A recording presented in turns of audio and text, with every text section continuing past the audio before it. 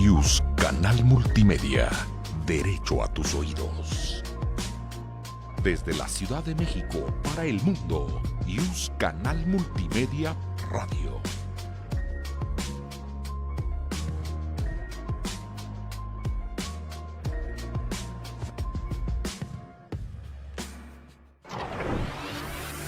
IUS Canal Multimedia presenta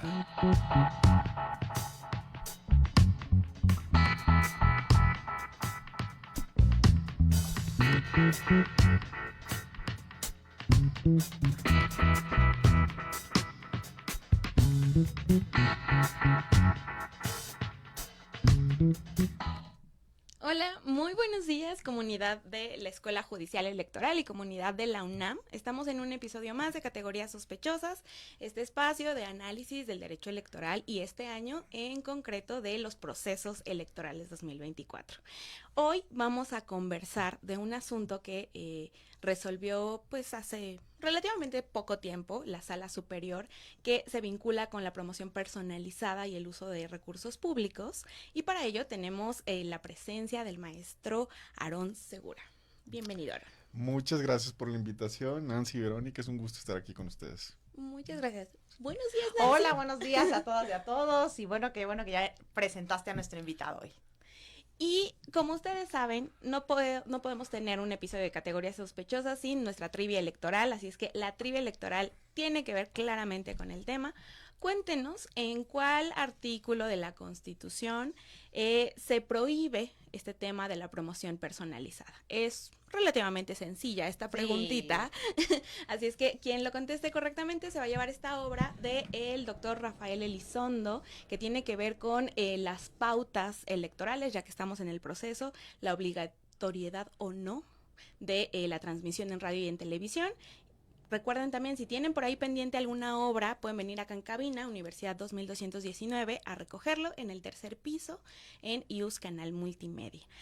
Y también les cuento que hoy, a partir de las 11 de la mañana, justamente tenemos el registro a nuestro diplomado gratuito en Comunicación Política y Tecnologías Digitales de la Escuela Judicial Electoral.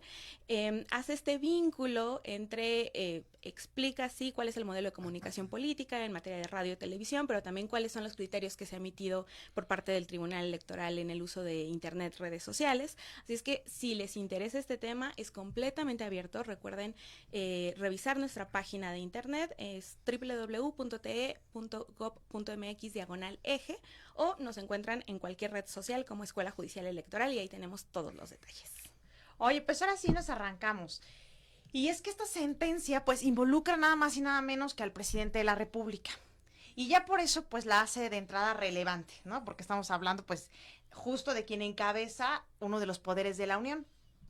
Y que pues en estos tiempos además ya de campañas es muy importante también saber pues cuáles son las cosas que deben y no hacer los servidores públicos, y en esta sentencia es un reflejo muy claro justo de esos límites a la libertad de expresión de este presidente. Cuéntanos primero el expediente, dile a la audiencia el expediente y cuéntanos los hechos del caso, Aarón. Aarón es secretario de Estudio y Cuenta en la ponencia del magistrado Felipe de la Mata Pizaña y es un experto en materia de comunicación política respecto de justo estos temas que vamos a ver hoy.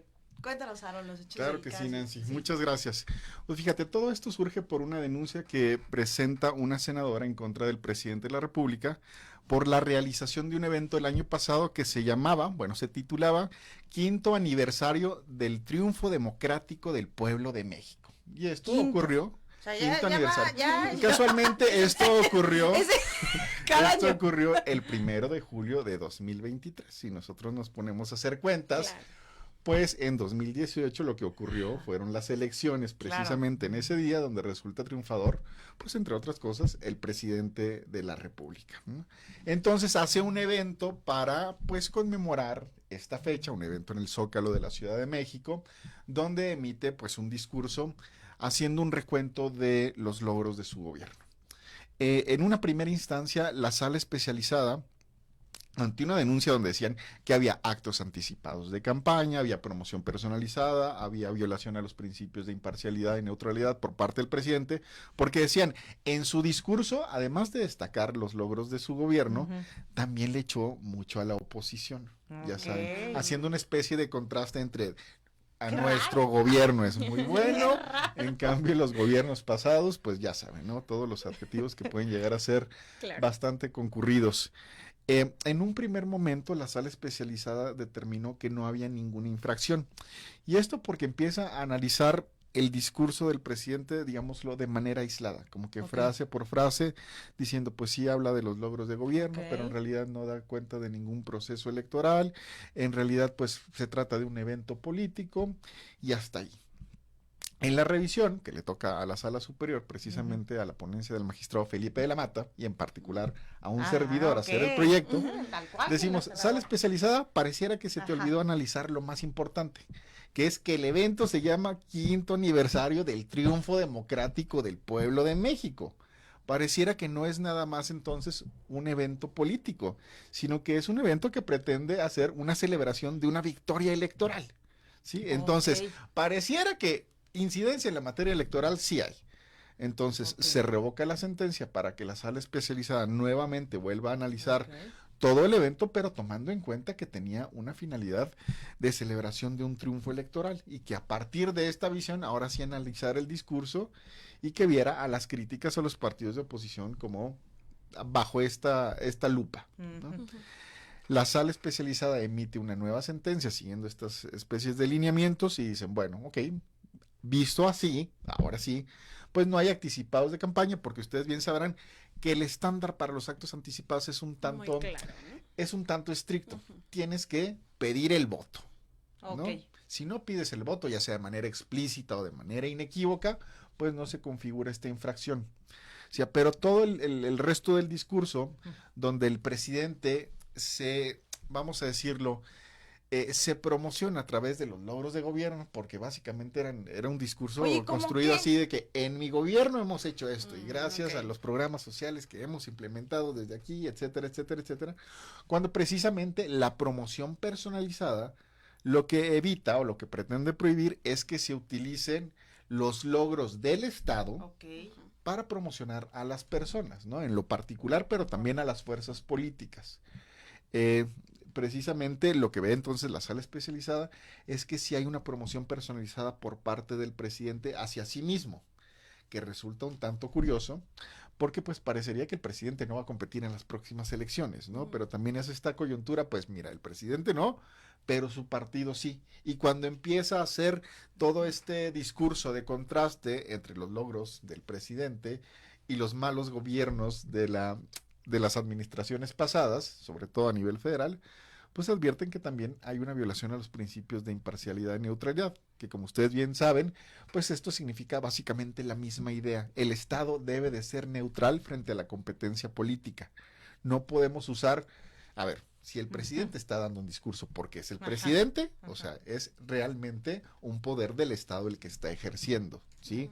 No está ahí en un papel de político, está en un papel de funcionario público. Entonces, cuando utiliza esta palestra y todas estas luces que tiene frente a sí por ser el presidente y lo utiliza para atacar a las distintas fuerzas políticas, pues parecería ahí entonces que hay una violación a estos principios. Y es precisamente lo que dice la sala especializada. Viene el presidente en una segunda revisión, digamos, ante la sala superior. ¿Qué proceso político, qué proceso electoral era? Porque estamos hablando del año pasado. Correcto. Entonces todavía no estamos en la coyuntura del federal. Correcto. ¿Qué proceso era? Fíjate, una de las cosas que se discutió fue esto, decían, pues mira, esto fue en julio del año pasado, no había comenzado el proceso. Entonces el razonamiento de la sala especializada, pues todavía no, pero ya estaba a punto. Ya estábamos a pocas semanas de haber iniciado el proceso y como ustedes recordarán, pues en la vida política de este país, en realidad los procesos electorales, pudiéramos decir, la discusión política no comenzó oficialmente con el calendario del INE, ¿no? Pareciera que desde antes se están jugando las piezas políticas. Y entonces sí se hizo esta reflexión, que es muy pertinente que lo digas, porque sí dicen, el elemento temporal de la promoción personalizada no requiere necesariamente que haya iniciado el proceso. pero si hay una proximidad ahí que permita suponer que tendrá alguna incidencia, entonces sí se acredita. Y esto fue lo que realmente ocurrió. Entonces estábamos hablando de que la afectación era el proceso federal en curso. Bueno, incluso dicen a los procesos concurrentes. O sea, que el año pasado fue el de Coahuila y estaba... No, incluso, o sea, los que están celebrándose ahorita mismo. Ah, por eso, o sea, exacto, al proceso federal que vamos a celebrar para renovar la presidencia y todo eso. O sea, la incidencia fue en Sí. en el de 2024. Exactamente. Ah, sí, porque fíjate, o sea, no dicen si no está atacando un proceso. No, Coahuila, Estado de México. No. No, porque además ya había pasado, fue julio. Sí, fue julio. exactamente. Ajá. Entonces dicen, o sea, esta es una afectación generalizada, si lo quieres llamar así. No es nada más a la elección presidencial, porque esté hablando el presidente, sino que al atacar a la oposición, pues este efecto puede permear pues en el voto de la ciudadanía de manera generalizada. Interesante, porque estamos hablando de una falta que tal cual impacta en este proceso. Okay. Pudiera impactar. Hay que ver, eso se evalúa en otra parte Oye, del proceso es muy electoral. cuidadoso, como un funcionario judicial cuidadoso, ¿eh? Sí. Pudiera impactar, claro. Fíjate, Okay. y es que esto es interesante porque precisamente la segunda parte de la sentencia es lo que ve. Dice, a ver, bueno, de entrada hay que contextualizar. Ajá. En el marco jurídico constitucional de nuestro país, el presidente de la República es prácticamente intocable por infracciones electorales. ¿Sí? ¿Qué quieres decir con eso? ¿Qué quiero decir? Que si en una sentencia del Tribunal Electoral del Poder Judicial de la Federación, sobre todo en el contexto de un procedimiento especial sancionador, se determina que el presidente es responsable de algo, la consecuencia es nada. Simplemente. El resto de personas funcionarias públicas, la consecuencia, fíjate, es muy curiosa. Dice, dese vista a su superior o superiora jerárquica para que imponga las consecuencias necesarias. Pero si nosotros nos ponemos a reflexionar, y si lo que estamos jugando son servidores públicos, que a final de cuentas son políticos, ¿no? Y alguien más los va a juzgar, que también son servidores públicos políticos, una de dos, o son tus amigos o son tus enemigos políticos. Y en cualquier caso pareciera que es una figura muy mala para ser un verdugo, ¿sí? Si el superior jerárquico es tu amigo, pues probablemente, como lo hemos visto muchas veces, las sanciones no van a llegar, ¿no? O van a ser, mira, te portaste mal, no pasa nada. En cambio, si son tus enemigos políticos, si son fuerzas opositoras, se te van a ir con todo, ¿no? Y esto lo hemos visto recientemente, por ejemplo, en el caso de Nuevo León, ¿no? Que a partir de infracciones electorales, con un Congreso controlado por una mayoría política opositora al gobernador de Nuevo León, en este caso, pues estamos viendo juicios políticos donde piden destituciones incluso y vaya, batallas legales bastante sanguinarias, por llamarle así. Pero en el caso del presidente de la República, la consecuencia es nada. Entonces, pareciera que las sentencias electorales, al menos en ese primer momento, no llegan a nada. Para el servidor público no, es decir, para el presidente no, pero... Digamos, para este presidente no. Porque vaya, las sentencias también tienen un valor simbólico. Vaya, de cara a la sociedad se dice, el presidente incurrió en una falta. Y está metiéndose con la equidad de la competencia electoral, ¿no? No hay tal cual una consecuencia directa para él, pero está el mensaje hacia la sociedad. Y hacia el proceso. Exactamente. Entonces, es a partir de esta coyuntura que la magistrada ponente de la sentencia, que fue la magistrada Yanino Tálora, en un primer momento dice, bueno, miren, hay que reflexionar, porque estamos ya en la coyuntura del proceso electoral concurrente de este año, y tenemos pues un acto que pareciera que pudiera trastocar la integridad del proceso, ¿no? Las condiciones de equidad. Dice, las sentencias no solamente tienen por efecto resolver el conflicto particular, sino en un segundo momento también tienen el efecto de generar criterios, ya sea criterios interpretativos de la Constitución o de las leyes, o criterios de calificación de las conductas, ¿sí? Sí, y en la materia electoral, aparte, estas sentencias también pueden repercutir más adelante, porque cuando evaluemos la integridad de los procesos electorales, las nulidades, la validez y todo esto, exacto. Cuéntanos. Hay que precisamente tomar en cuenta estas sentencias. Entonces dice, la primera propuesta fue, vamos a hacer, tomando en cuenta que a la Sala Superior le toca calificar la validez de la elección presidencial de forma oficiosa, dice, ¿saben qué? Esta sentencia, que no se nos olvide, al momento de calificar la elección presidencial. Entonces vamos a ordenar hacer un cuaderno auxiliar donde se compilen todas las sentencias firmes que acrediten algún ilícito electoral que pudiera poner en entredicho la integridad de la elección presidencial. Pero la propuesta era esa, nada más, un cuaderno auxiliar para la elección presidencial. Y se presenta esta propuesta ante el Pleno. Vamos a compilar todas estas sentencias y al momento de calificar la validez de la elección presidencial ya tenemos una especie de catálogo que nos va a servir para facilitar nuestro trabajo de revisión de todos los antecedentes, ¿no? Vamos a encargarle a la Secretaría General de Acuerdos de una vez que se ponga a hacernos esta compilación y bien, ¿no? Pero era una especie de cuaderno auxiliar de trabajo para eso, para trabajar al interior de la sala. Compilación de sentencias que hubieran resultado en una responsabilidad, en una falta electoral. Bueno, que se tendrían que haber valorado para verificar la validez de la elección presidencial. Sí, sí. Entonces, al momento en que se discute esta propuesta ante el Pleno, varios de los integrantes de la Sala Superior dicen, oye, ¿y por qué nada más para la elección presidencial? Si a final de cuentas, por el sistema judicial electoral que tenemos, que es que al Tribunal Electoral del Poder Judicial de la Federación le va a tocar revisar, claro, si hubieran las impugnaciones necesarias, básicamente tiene competencia para revisar todos los comicios que se van a llevar a cabo en este año, que recordemos, se van a elegir más de 20,000 cargos, dicen, ¿por qué nada más para la elección presidencial? Porque no tenemos esta compilación de irregularidades electorales, pues para todos los comicios, ¿no? Entonces lo que pasa es que en esta sesión donde se estaba discutiendo, la magistrada ponente acepta retirar el proyecto para tratar de alcanzar un acuerdo en respecto de si solo iba a ser un cuaderno auxiliar para la elección presidencial o iba a ser también, llamémosle, un catálogo más amplio para el resto de elecciones.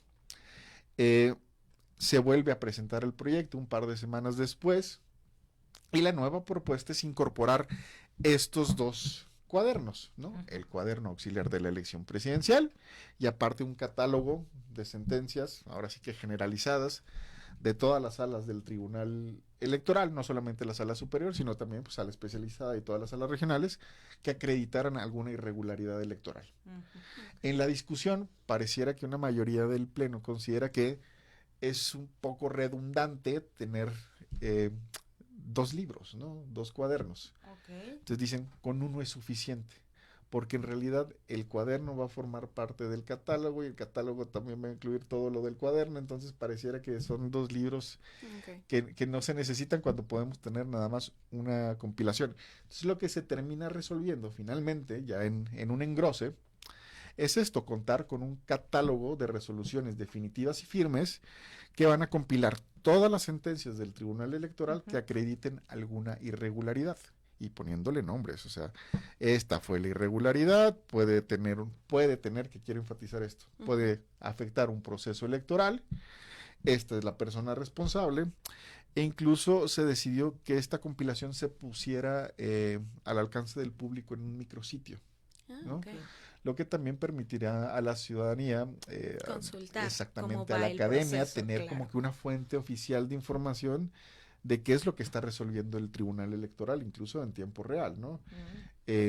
Falta que se generen ya, lineamientos de cómo va a operar en la práctica esto, pero lo que ya tenemos es esta decisión. Se va a tener un catálogo de resoluciones definitivas y firmes que la ciudadanía va a poder consultar a través de un micrositio en la página del Tribunal Electoral, donde va a presentarse toda esta información, llamémosle desde la fuente oficial, desde las salas del tribunal que están resolviendo estos ilícitos.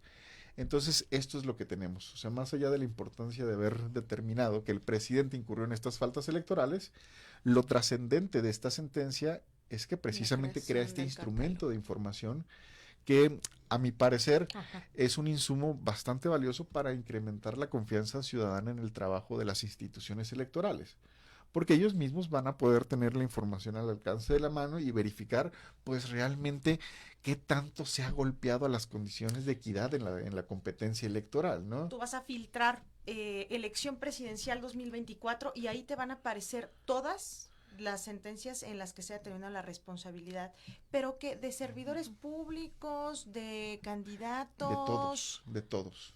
O sea, la decisión es si hay alguna irregularidad electoral que pudiera... en el proceso. Es que dicen esto, es que pudiera, o sea, la idea es primero todas las irregularidades y ya después, al momento de verificar la validez de las elecciones, vamos a decir si estas irregularidades impactaron o no impactaron de manera significativa. ¿Recuerdas tú que el tema de la determinancia para juzgar la validez de las elecciones es muy importante, ¿no? Porque pues por ahí el público sabrá, tenemos un principio de la presunción de validez de los actos públicamente celebrados que nos dice, en principio las elecciones valen, ¿sí? Si tú demuestras que hubo irregularidades que fueron de la significancia suficiente como para modificar el resultado, ¿y qué significa esto?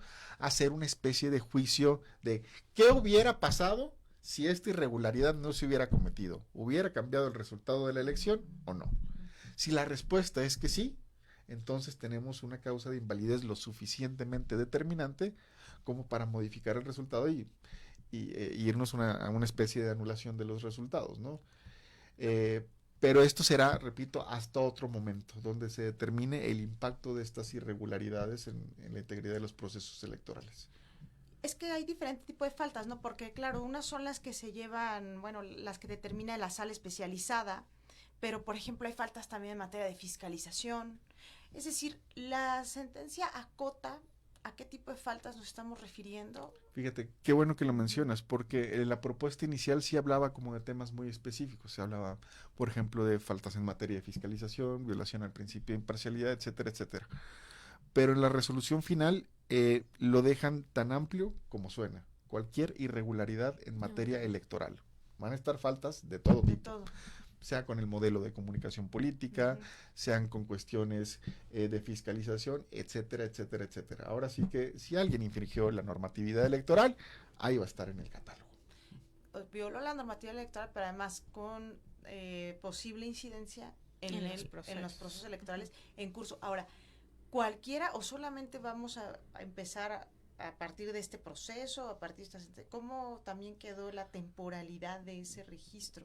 Fíjate, en la sentencia tal cual no se dice, es que lo que hace la sentencia es decir, vamos a encargarle a la Secretaría General de Acuerdos de la Sala Superior, que se va a apoyar de todas las áreas que considere necesarias, para emitir unos lineamientos de precisamente cuáles van a ser los criterios desde cómo se va a acomodar la información, cuáles son todos los rubros de información que va a tener una sentencia, etcétera, etcétera. Entonces, estamos esperando esos lineamientos, que se ordenaron trabajar a la brevedad, en los próximos días deben de estar listos, y a su vez se les ordenó también presentar un plan de trabajo que ya nos va a decir como que la fecha exacta en la que tendría que operar este micrositio, pero precisamente estos lineamientos lo que van a determinar es, vamos a contar todas las sentencias, no sé, de este año para acá, o etcétera, etcétera. Eso se tendrá, es un segundo momento, llamémosle ya, de la implementación de este catálogo. Todavía no hemos llegado hasta ahí. Sí, todavía estamos en... Y en esto de qué tipo de expresiones son las que tuvieron ese o que se calificaron pues como promoción personalizada. ¿Tú qué opinas respecto de ellas? Porque nos hablaste un poco en general, pero podrías quizás ser más específico en qué fue lo que dijo el presidente. Digo, porque es importante para quienes nos ven justo saber qué es lo que ahorita sí ya no podrían estar diciendo. Si en ese momento se calificó mal, ahora cuéntanos cómo está además la prohibición, ¿no? Va variando en cuanto nos acercamos más al voto, ¿no? Respecto a lo que pueden y no hacer los servidores públicos. Digo, claro, o sea, el tema de la temporalidad es muy importante porque hay una presunción de que mientras más adelante estés en los procesos electorales, pues los discursos son más trascendentes, ¿no? Jugando un poquito con la idea de que, a ver, si a ti te dicen hace 4 años que los partidos de oposición son muy malos y no hay que votar por ellos, dices 4 años después igual y no te vas a acordar, ¿no? Pero si te lo dicen un día antes de la jornada electoral, pareciera que el discurso puede ser mucho más trascendente. Esta es la idea que está de fondo en tener como uno de los elementos del análisis el tema de la temporalidad. Ahora, esta falta de promoción personalizada está vigente en todo momento, porque la idea es que en ningún momento el Estado puede tratar de incidir en las elecciones. Bueno, el Estado a través de los servidores y servidoras públicas, ¿no? Esta prohibición está vigente en todo momento. Otra cosa es que cuando la inobservan, pueda tener una trascendencia efectiva en los procesos electorales. No sé si me explico. O sea, vaya, a lo que voy es que si dice esto hace 4 años, también estaba prohibido hace 4 años, ¿sí? Pero el efecto de decirlo hace 4 años pudiera no ser tan relevante como si lo dijera el día de hoy. Esa es más o menos la lógica, pero esta prohibición opera en todo momento. Ahora, ¿qué dijo el presidente? Híjole, es que fue un discurso larguísimo donde básicamente pues hace un recuento de los logros de 5 años, ¿no? Okay. Y precisamente parecía un informe, era un informe entonces. Fíjate que una de las cosas que se discutió era si esto en realidad era un informe de labores, llamémosle apócrifo, ¿no? Porque a los servidores públicos, bueno, tienen una prohibición de que, a ver, si tú eres servidor público, básicamente tú no puedes andar diciendo que los logros de la administración son tuyos, salvo una vez al año, que es cuando rindes tu informe anual de labores, donde te presentas ante la ciudadanía y les dices, ahora sí, esto es lo que he hecho durante todo el año, ¿no? Y ya es como que este es mi trabajo y es lo único que se permite. Una vez al año, con reglas muy específicas. En el caso del presidente incluso está regulado que tiene que ser a través de un informe que se da en septiembre, ¿no? Entonces uno de los reclamos era precisamente, o sea, era precisamente esto, te estás inventando otro informe de labores a propósito de un triunfo electoral. Entonces lo que se dijo al discutir esto fue, mira, esto no podemos verlo bajo las reglas del informe anual de labores, porque no es un informe anual de labores. Podrá ser otra cosa, pero el informe anual de labores es el que se da en septiembre y tiene sus reglas específicas. Y habría que ver si ese informe que se tiene que rendir en septiembre las cumple o no, pero esta es otra cosa. Este puede ser un discurso de carácter político que hay que juzgarlo bajo otras reglas. Y entonces, es precisamente lo que se reprocha. Los servidores públicos no pueden estar hablando de sus logros en cualquier momento. Es que ese es el punto, no son sus logros. Son logros del gobierno, claro, del Estado, no de ellos en lo particular. Porque precisamente si nosotros nos remontamos a la historia de estas prohibiciones, pues cuando llegaban las elecciones, ¿no? O cuando los servidores públicos tenían a la opinión pública en contra, es que no se les olvide que gracias a mí se construyó esta carretera y que yo fui el responsable de que se hiciera esto y por lo tanto van a votar por la persona que yo les diga. O sea, hasta esos extremos llegábamos. Cuando pues en realidad tú no construiste la carretera, ¿no? Podrá haber sido una decisión de la administración pública que tú encabezas, pero se construyeron con recursos públicos, ¿no? Se construyó con el trabajo de todas las personas que conforman. Es un servicio. Exactamente. Y además también ahí está el quid de diferencia entre la propaganda gubernamental y la promoción personalizada per se, ¿no? Y también como el aprovechamiento o el posible aprovechamiento de recursos públicos para posicionar a un color o a una persona y que está pues explícita esta prohibición también en la Constitución. Sí, fíjate que esto es un tema muy interesante porque como tal, promoción personalizada, esta infracción no la vas a encontrar así en el 134 amigos que participan en la trivia, en los párrafos 7 y 8. Ahí habla de que se prohíbe que la propaganda gubernamental incluya nombres, imágenes, voces o símbolos o cualquier otro elemento que la haga personalizada.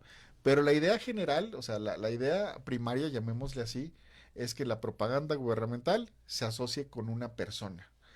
La jurisprudencia del Tribunal Electoral fue ensanchando este concepto para decir, la prohibición no únicamente aplica a la propaganda gubernamental del servidor público que encabeza la administración pública o lo que sea. Es un principio mucho más general que implica que el Estado no debe de servir de promoción política, punto. Sea que la propaganda gubernamental se utilice para promocionar al propio servidor público, pero también a un tercero o al partido político del cual emana, etcétera, etcétera. Y así es como entendemos la promoción personalizada. Lo que esta prohibición implica es que el Estado no se debe de utilizar para tratar de influir en las competencias electorales, precisamente. Y cuando hablamos de promoción, pues ponemos el acento en las actividades que lleva a cabo el Estado. Pero es curioso, porque después, es que después la materia electoral puede ser muy críptica, ¿no? Porque si no estás siguiendo la jurisprudencia y si no estás al tanto de las sentencias, dices, oye, déjame, me pongo a leer la Constitución dice, claro, donde dice de promoción personalizada, porque como tal no lo vas a encontrar ni en la Constitución, ni en la ley electoral, ni en ningún otro cuerpo normativo. Solo lo vas a encontrar este concepto en las sentencias del Tribunal Electoral. Pero es más o menos esta la génesis. Aaron, y si tuviéramos que tener un reglamento al 134, ¿qué tendría que, desde tu punto de vista, desde tu opinión, que considerarse para que le quedara muy claro a la ciudadanía y también a los actores políticos lo que se puede y lo que no se puede hacer? Fíjate, yo creo que es una cuestión de ideología, ¿no? Entre qué preferimos como sociedad, establecer un catálogo de reglas que nos digan, se prohíben este tipo de acciones, 1, 2, 3, 4, 5, ¿no? Las que te quieras imaginar. O preferimos regular la vida pública a través de principios, que pareciera que, porque puede haber una tensión ahí, porque dices, a ver, el principio es que no utilices el Estado para la promoción política. Oye, es que cabe ahí, ¿no? Pueden caber un montón de conductas. Entonces aquí es donde viene la discusión de por qué son los jueces los que van a terminar decidiendo si una conducta entra o no dentro de esta prohibición, cuando es al legislador al que le debería de tocar tipificar los ilícitos electorales, ¿no? Entonces pareciera que ¿qué preferimos, no?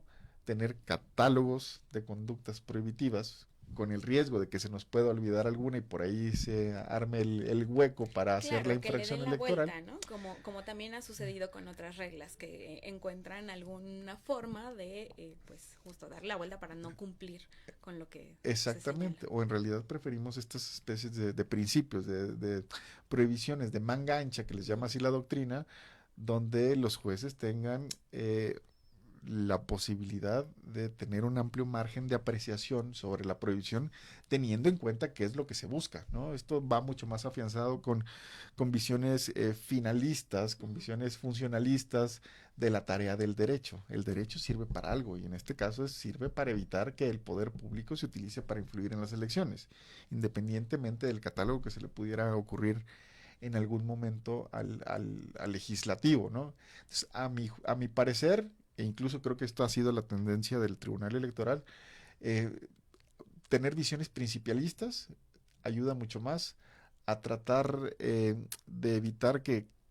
conductas que gracias a la imaginación de los operadores políticos de repente se presentan cuando uno ni siquiera se las imaginaba al momento de estar legislando, ¿no? Pero más allá del catálogo de conductas, a mí me parecería importante remediar el problema de las sanciones a los servidores públicos, ¿no?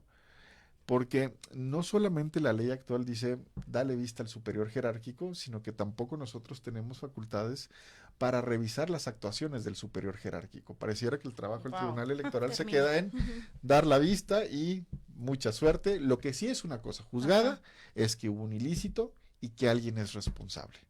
Pero la punición que le toque a esa persona ya no es competencia de revisión del tribunal. En lo que termine eso para el servidor público escapa de entonces de las autoridades jurisdiccionales. Exactamente.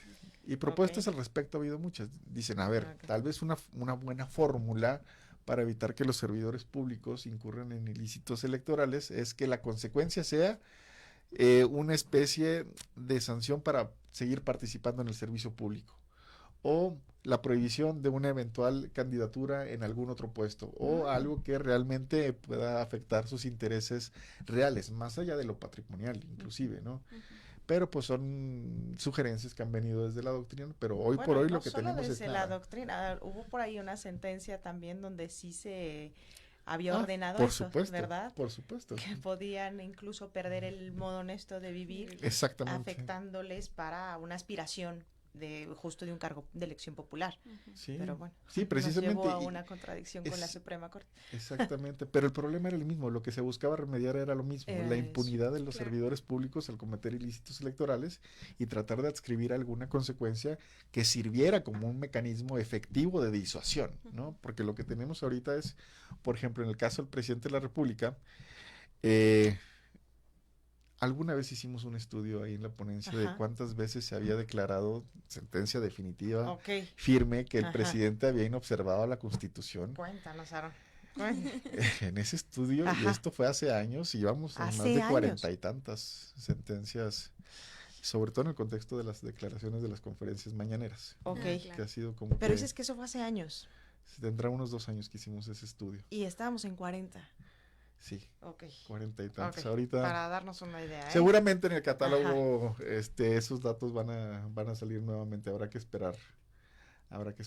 Y el presidente lanzó en una mañanera también que iba a preguntarle al INE, bueno, entonces qué puedo y qué no puedo decir, ¿cierto? Sí, ¿no? Incluso, o sea, a lo que llegó el INE ya de plano es a ordenar que al inicio de cada conferencia mañanera se emita un mensaje, ¿no? Donde dicen, a ver, las declaraciones que emiten los servidores públicos tienen que ser neutrales y etcétera, etcétera, como una especie de aviso al público de, a ver, esto es lo que tendría que estar haciendo toda persona servidora pública respecto de los procesos electorales, que es ser neutral, ser imparcial, no meterse.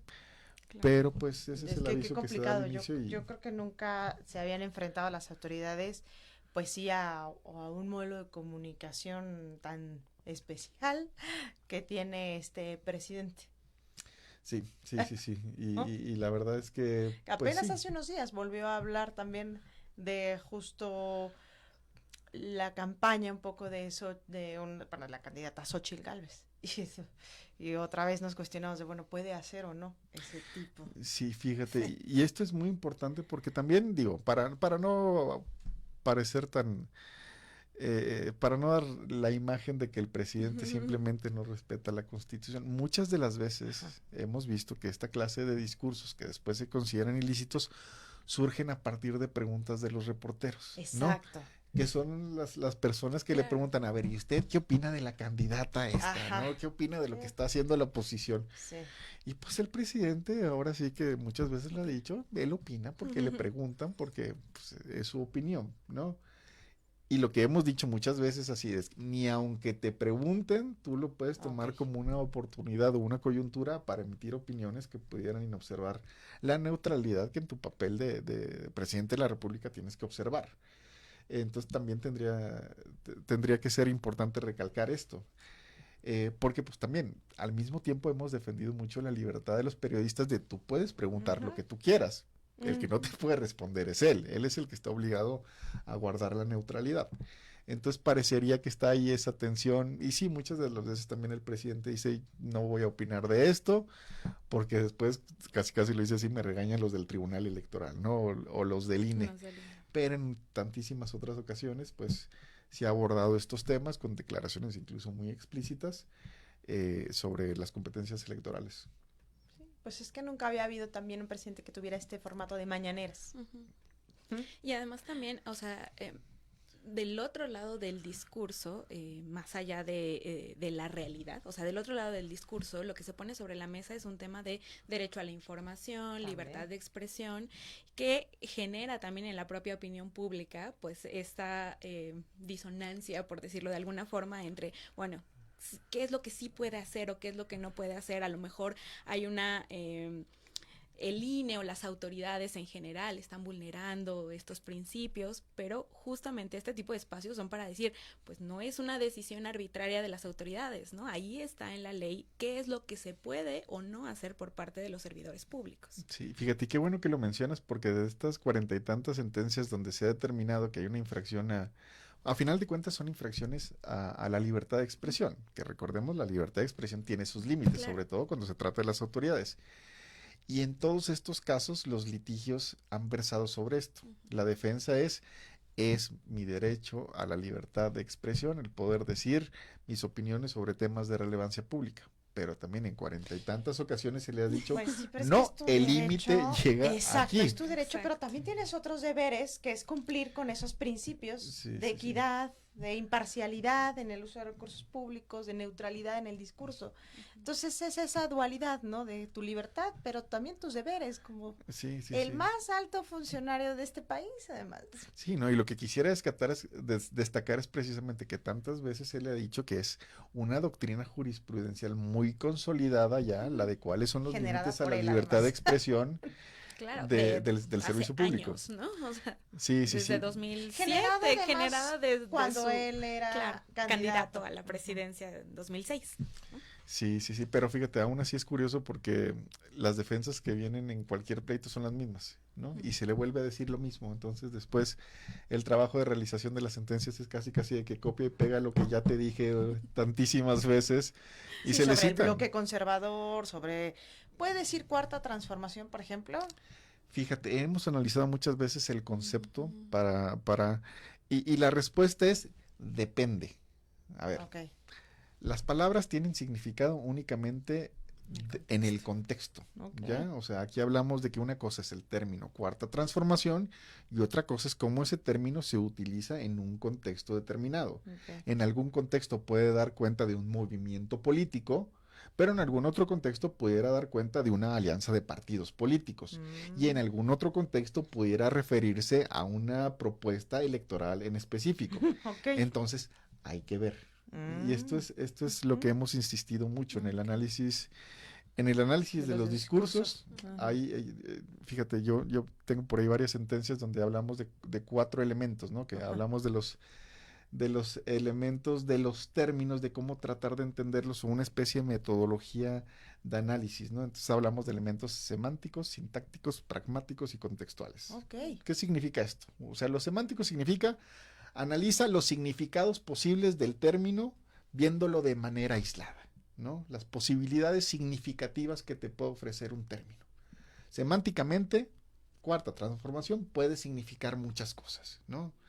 Un segundo nivel de análisis, el nivel de análisis sintáctico, es entiende ahora este concepto visto a cuáles son las palabras que están alrededor de este concepto, ¿no? Ahora sí como que ya no solo veas la palabra aislada, sino vela en el contexto de la oración o del párrafo o incluso del discurso, ¿no? Una vez que veas esto, llega el nivel de análisis pragmático. Trata de descubrir cuál es la intención de la persona que está profiriendo este discurso con el uso del término. O sea, ¿qué quiso decir la persona que estaba diciendo, en este caso, cuarta transformación, al momento de decirlo, ¿no? Es tomar en cuenta también que, pues, en las interacciones comunicativas, no solamente importa lo que yo entiendo, sino también lo que la otra persona quiso decir, ¿no? Que pareciera que incluso es más importante. Y precisamente el cuarto elemento es toma en cuenta todo el contexto de la comunicación, de la interacción, no solamente la intención de la persona, sino quién es esa persona, en qué momento de la vida lo dijo, cuáles eran todas las circunstancias políticas, económicas, sociales, electorales en las que este discurso estaba, ¿sí? Precisamente por esto es que en la sentencia que estamos discutiendo, a la sala especializada se le dijo, oye, se te olvidó analizar este discurso tomando en cuenta que se dio en el marco de la celebración de un triunfo electoral. Okay. ¿Sí? No nada más importaba analizar el significado de las palabras, sino también el contexto en el que estas se dijeron. Que informara de logros, sino en qué momento. Exactamente. Y además ¿qué fue en el Zócalo? Sí. Ok, sí, pues al estilo, como bien lo dijiste, fue el quinto. Sí, entonces lo que se busca es simplemente tener un análisis lo más robusto que se pueda para tratar de ver cuál fue realmente el efecto de la comunicación. Sí, no es que se censuren las palabras, sino es en qué contexto las digas. Sí, exactamente. Guías metodológicas de análisis del discurso, digámosle así. Ok, pues creo que estamos llegando ya al final, ahora sí, de nuestro programa. No sé, Aaron, si quieres compartirnos algún comentario final de esta importante sentencia. No, pues yo nada más le recomendaría a las personas que nos hacen el favor de su atención de pues estar al pendientes de la emisión de este catálogo. Yo creo que va a ser un insumo muy importante. Toda la idea de esto fue generar una herramienta valiosa para que la gente esté debidamente informada, ¿no? La caracterización que ha hecho el Tribunal Electoral de un voto libre es precisamente un voto que está bien informado, un voto que no tiene sesgos de lo que realmente está ocurriendo en la realidad política social del país. Entonces, esta herramienta pretende generar esto, información de calidad, información asequible, información manejable y pues ojalá pueda servir no solamente a la doctrina especializada en la materia electoral, sino incluso también al gremio del periodismo, ¿no? Que también le sirva para este insumo para generar noticias para notas, generar información de calidad, etcétera, etcétera. Finalmente, pues este catálogo también tiene una función de justicia abierta, ¿no? O sea, por supuesto, sí. También acerca a la ciudadanía estos temas que, aunque siempre están en la página del tribunal y se pueden consultar, pues el que ya estén sistematizados, pues permite que haya una comprensión más rápida, digamos, de la información. Sí, por supuesto. Oye, pues que no sea la última vez que nos acompaña Aarón, No. porque además con este proceso seguramente, bueno, esperemos que no, estemos revisando otras faltas electorales, ¿verdad? De los servidores públicos. Pues muchas Así gracias es. también, Verita, a los que nos ven, gracias, Aarón. Muchas Nos vemos gracias. siguiente semana. Y Shareni Andrade, antes de que por acá nos soplaran la respuesta a la trivia electoral, Shareni Andrade nos contestó en redes. Así es que por favor pasa por acá a la cabina para recoger esta publicación. Y nos vemos el próximo jueves. Hasta luego. La Facultad de Derecho agradece a quienes realizaron este programa, conductores, invitados y productores, quienes participan de manera honoraria. En News, Canal Multimedia, Derecho a tus oídos.